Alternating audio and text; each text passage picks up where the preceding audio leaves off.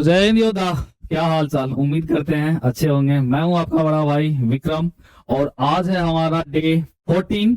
और आज हम देखेंगे कुछ ऐसे होमोग्राफ्स के बारे में जो कि स्पेलिंग तो सेम रहेगा बट उसका साउंड भी डिफरेंट रहेगा और ऑब्वियस सी बात है कि मीनिंग तो डिफरेंट रहेगा ही रहेगा। तो चलिए बिना समय गंवाए जल्दी से स्टार्ट करते हैं। इससे पहले अगर आपने पीछे के 13 वीडियो नहीं देखे हैं तो इसी चैनल पर आपको प्लेलिस्ट सेक्शन में सारा का सारा वीडियो मिल जाएगा, तो आप वहां से जाकर के सारे वीडियो को देख सकते हैं। तो चलिए स्टार्ट करते हैं। जैसे कि आप सभी को पता है कि होमोग्राफ्स हम उसको बोलते हैं जिनका की स्पेलिंग सेम हो और प्रोनाउंसिएशन भी क्या हो, सेम हो, बट उसका मीनिंग क्या हो, अलग अलग कॉन्टेक्स्ट में डिफरेंट हो। ठीक है, लेकिन यहां पर हम देखेंगे कुछ ऐसे होमोग्राफ्स के बारे में जिसका स्पेलिंग तो सेम है लेकिन उसको सेम पढ़ेंगे नहीं हम। जैसे कि ये कैन है, इसको भी हम कैन नहीं पढ़ सकते हैं। ठीक है, जैसे देखिए ये है कैन और ये है कैन, दोनों की साउंड में अंतर है। इसमें थोड़ा सा साउंड को प्रेस किया जा रहा है, इसमें ज्यादा किया जा रहा है। कैन कैन, ठीक है। तो एक कैन मतलब होता है सकना, जो मॉडल ऑक्सिलरी वर्ब होता है, जैसे कि यू कैन डू इट, आप इसे कर सकते हो, तुम इसे कर सकते हो। ठीक है, यू कैन डू इट। एक होता है कैन। अब कैन का मतलब होता है बर्तन, मतलब चाहे वो मेटल का कोई बर्तन हो, प्लास्टिक का कोई बर्तन हो, है ना, तो उस टाइप का जो बर्तन होता है उसको हम क्या बोलते हैं, कैन। जैसे कि अमूमन जो दुहाव सब होता है, दूध लेकर के आता है ना, तो उसको हम वो जो कैन लेकर के आता है, बर्तन जिसमें दूध लेकर आता है, उसी को हम बोलते हैं can. I bought a new can, मैंने एक नया बर्तन खरीदा। अब जैसे देखिए ये यहां पर जैसे कि हम लिख रहे हैं कंटेंट, ठीक है, यहां पर क्या है कंटेंट और ये है कंटेंट। कंटेंट, ये है कंटेंट। अब देख लीजिए दोनों का स्पेलिंग क्या है, सेम है, बट प्रोनाउंसिएशन दोनों का डिफरेंट आ रहा है। अगर हम कंटेंट बोलेंगे तो समझ जाना है कि संतुष्ट या तृप्त के बारे में बात कर रहे हैं। जैसे कि I am content with my life, मैं अपने जिंदगी से खुश हूं, संतुष्ट हूं। ठीक है, और कंटेंट मतलब क्या होता है, विषय वस्तु या फिर सामग्री। जैसे मान लीजिए कि ये सारे जितने भी कंटेंट पढ़ाए जा रहे हैं क्या वाकई यूजफुल है या फिर नहीं भी है। ठीक है ना, तो ये कंटेंट हो गया। जैसे कि इस बुक का जो कंटेंट है वो बहुत ही ज्यादा लाजवाब है। The content of this book is awesome. क्या है, लाजवाब है। इस बुक का कंटेंट क्या है, ऑसम है। अब देखिए ये यहां पर देखिए, एक हो गया विंड और एक हो गया वाइंड, है ना। देखिए स्पेलिंग दोनों का सेम है लेकिन इसको पढ़ेंगे विंड, इसको पढ़ेंगे वाइंड। ठीक है, तो विंड मतलब क्या होता है, हवा, बहती हुई जो हवा होता है उसको हम क्या बोलते हैं, विंड। ऐसे तो एयर बोला जाता है, ठीक है, लेकिन ये क्या है, विंड। जैसे कि the wind is blowing strongly, wind बहुत ही तेजी से बह रहा है। ठीक है, अब एक वाइंड मतलब होता है मुड़ना, मुड़ना या फिर लपेटना को भी हम वही बोलेंगे, वाइंड। क्या बोलेंगे, वाइंड। जैसे मान लीजिए कि कोई नदी है और वहां जाने के बाद ऐसे मुड़ जाती है, तो वहां पर मुड़ना को हम क्या बोलेंगे, वाइंड। जैसे कि the road will wind through the mountain, है ना, माउंटेन से क्या होता है, रोड ऐसे मुड़ जाता है।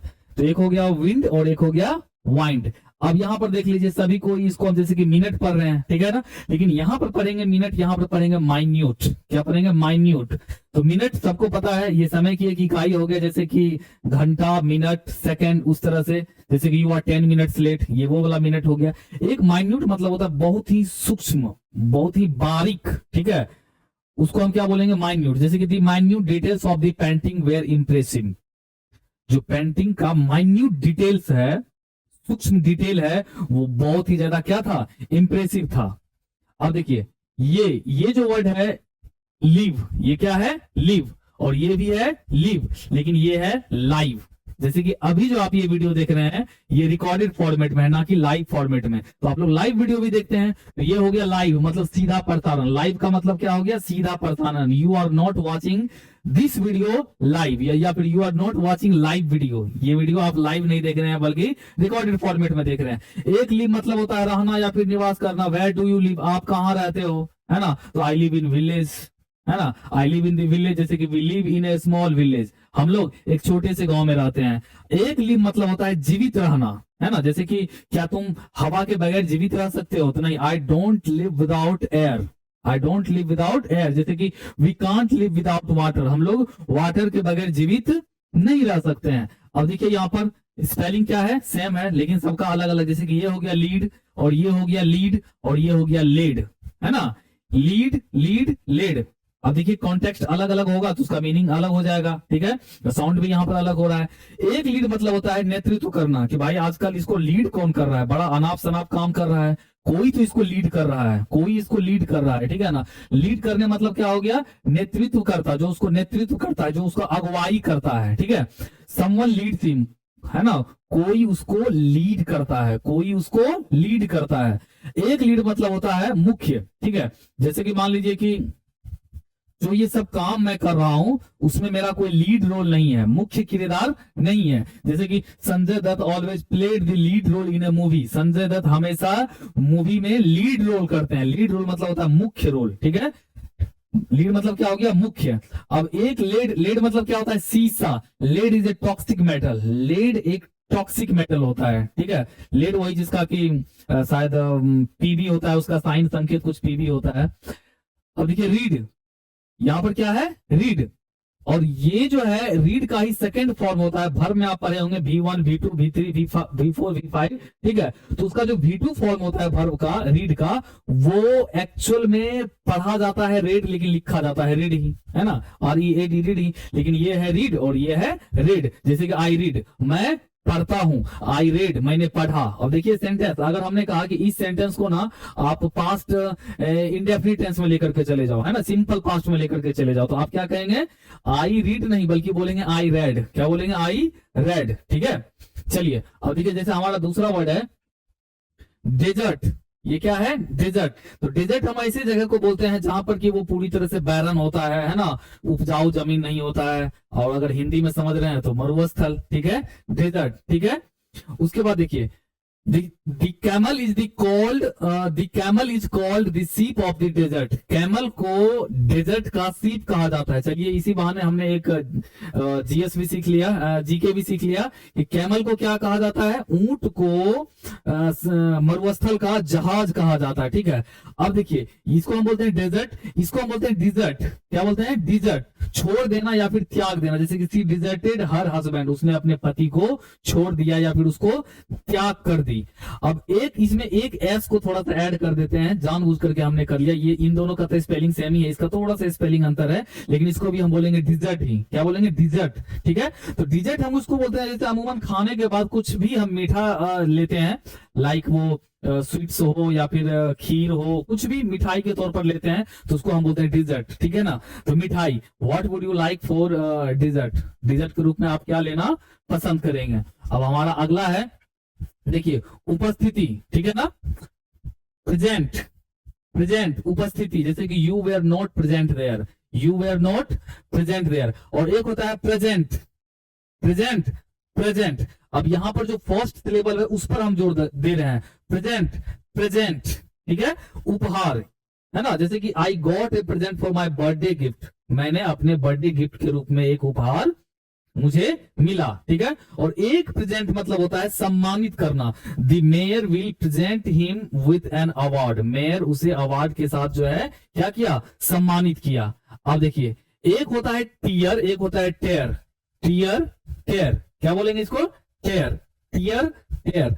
तो एक टीयर मतलब ये हो गया आंसू, टीयर इज प्राइसलेस, आंसू बहुत ही बेशकीमती होता है, आंसू क्या होता है, बहुत ही बेशकीमती होता है।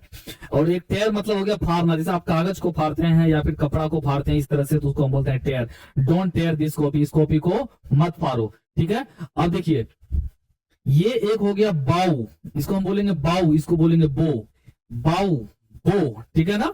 और ये भी क्या हो गया, बो, यहां पर भी ये बो, बो, और ये क्या हो गया, बाऊ, ठीक है ना। तो बाऊ मतलब हो गया झुकना, है ना, जैसे कि इस तरह से अगर हम झुकते हैं तो इसको हम बोलेंगे बाऊ, ठीक है ना। जैसे दी परफॉर्मर्स बाउ their head after the show, है ना, शो खत्म होने के बाद जो भी परफॉर्मर होते हैं तो इस तरह से अपने आप को झुक करके क्या करते हैं, अभी ये अभिनंदन करते हैं, अभिवादन करते हैं, ठीक है। अब यहाँ पर इसको क्या बोलेंगे, बो, बाऊ नहीं, बो। जबकि देखिए क्या है, स्पेलिंग दोनों का सेम ही है। तो ये हो गया धनुष, जैसे एरो होता है ना, एरो मतलब हो गया तीर, और बो मतलब क्या हो गया, धनुष। जैसे कि tribal people use arrow and बो एज देयर चीफ वेपन, आज भी, है ना। जैसे कि हमारी पोस्टिंग अभी जहां पर है तो वहां पर भी जितने भी कबीले लोग रहते हैं, है ना, ट्राइबल लोग रहते हैं जिसको हम आदिवासी बोलते हैं, तो उन लोग का आज भी जो मुख्य हथियार है वो तीर धनुष ही है ना। Tribal people use arrow and बो एज देयर चीफ वेपन्स, मुख्य हथियार है उनका, ठीक है, क्या है मुख्य हथियार। एक बो मतलब होता है नौकाग्र। अब नौकाग्र किसको बोलते हैं, जैसे कि जहाज, जो समुद्री जहाज होता है उसका जो आगे का भाग होता है इस तरह से, उसी को हम बोलते हैं नौकाग्र। जैसे कि द बो of the ship is damaged, ship का जो बो है, नौकाग्र है, वो क्या हो गया है, डैमेज हो गया है, ठीक है।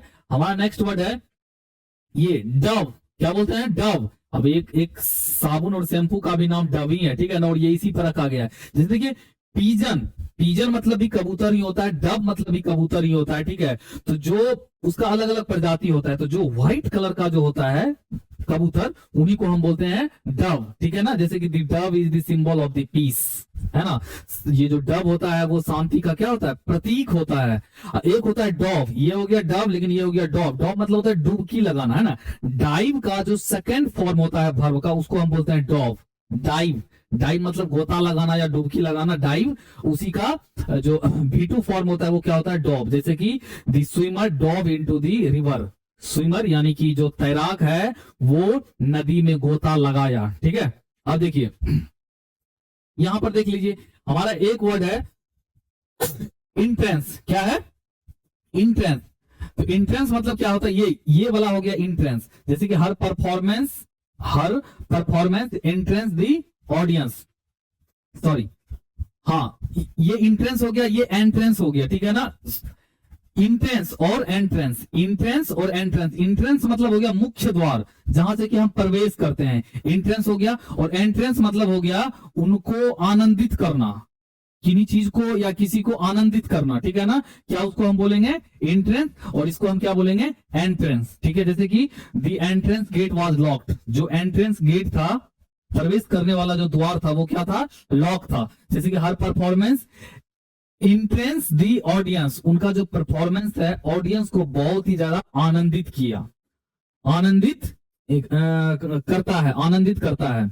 अब देखिए यहां पर देखिए रिफ्यूज और रेफ्यूज, रिफ्यूज रेफ्यूज, जबकि स्पेलिंग दोनों का क्या है, सेम है। तो रिफ्यूज मतलब हो गया डिनाई कर देना, है ना, इनकार कर देना। जैसे कि he refused to come, he refused my proposal, उसने मेरा प्रस्ताव को ठुकरा दिया, इनकार कर दिया, ठुकरा देना, ठीक है, इनकार कर देना। एक तो वो हो गया। और रेफ्यूज मतलब होता है कचरा, जैसे कि the city's refuse is collected every Monday, प्रत्येक मंडे को सिटी का जितना भी कचरा होता है उसको क्या किया जाता है, इकट्ठा किया जाता है। अब ये देखिए वॉन्ड, ये हुआ, ये है वॉन्ड और ये है वाउंड, सॉरी, ये वॉन्ड है और ये वाउंड है, ठीक है। ये दो वर्ड यहां पर लिखा चला गया, ठीक है। ये वॉन्ड, वॉन्ड और ये वाउंड, वॉन्ड और ये वाउंड। तो वॉन्ड मतलब हो गया घाव अथवा जख्म, she had wound up the, sorry, ये तीनों का अलग अलग मीनिंग हो गया, लेकिन यहां पर शायद लिखा थोड़ा सा गड़बड़ हो गया है, थोड़ा इसको हम करेक्ट कर देते हैं, इसको थोड़ा सा हम करेक्ट कर देते हैं, ठीक है। देखिए इसको हम पढ़ेंगे वॉन्ड, क्या पढ़ेंगे, वॉन्ड। और वॉन्ड मतलब होता है घाव, वॉन्ड मतलब होता है घाव अथवा जख्म, इसका ये मतलब नहीं होता है, ठीक है। जैसे कि ही हैज डीप वॉन्ड, उसे बहुत ही ज्यादा गहरा जख्म है, बहुत ही ज्यादा गहरा घाव है, ठीक है। अब देखिए ये जो वाउंड है, वाउंड मतलब वही होता है जैसे कि हमने बताया था विंड और वाइंड, विंड मतलब हवा और वाइंड मतलब लपेटना या फिर घुमाना। तो जैसे कि चाबी जो होता है, घड़ी का चाबी, अगर आप उसको भी घुमाते हैं तो वो भी वाइंड ही कहलाता है, और उसका सेकेंड फॉर्म ये हो गया वाउंड। वाइंड का सेकेंड फॉर्म क्या हो गया, वाइंड का सेकेंड फॉर्म हो गया वाउंड, ठीक है। तो जैसे कि she had wound up the watch, उसने वॉच को वाउंड अप किया, उसने वॉच को वाउंड अप किया। एक मतलब घुमाना या फिर मोड़ना हो गया, जैसे कि she wound the thread around the spool, चरखी। जैसे कि आप लोग अगर पतंग उड़ाए होंगे या उड़ाते हुए देखे होंगे तो एक वो इस तरह का रहता है जिसमें कि वो धागा को वाउंड किया जाता है, उसको लपेटा जाता है, घुमाया जाता है, ठीक है ना। और जो स्पूल होता है उसको हम बोलते हैं चरखी, ठीक है। तो ये हो गया वाउंड, ये हो गया क्या वाउंड, लेकिन ये हो गया वाउंड, ये क्या हो गया वाउंड, और ये भी क्या हो गया वाउंड। हमारा अगला वर्ड है, एक है क्लोज, एक है क्लोज, क्लोज क्लोज। तो क्लोज मतलब हो गया बंद करना, क्लोज मतलब क्या हो गया, बंद कर देना, जैसे कि क्लोज द डोर, दरवाजा बंद कर दो।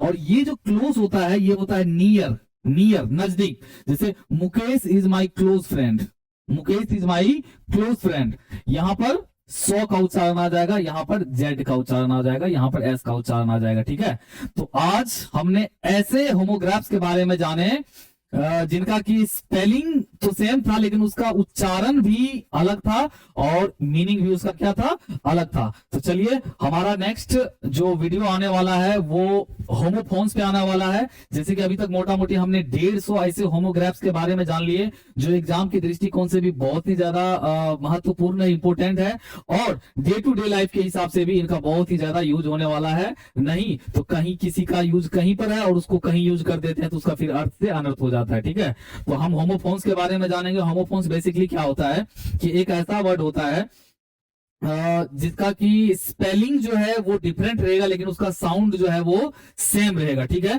तो चलिए होमोफोन्स वाला सेक्शन में हम देखते हैं, मिलते हैं अगले वीडियो में, तब तक के लिए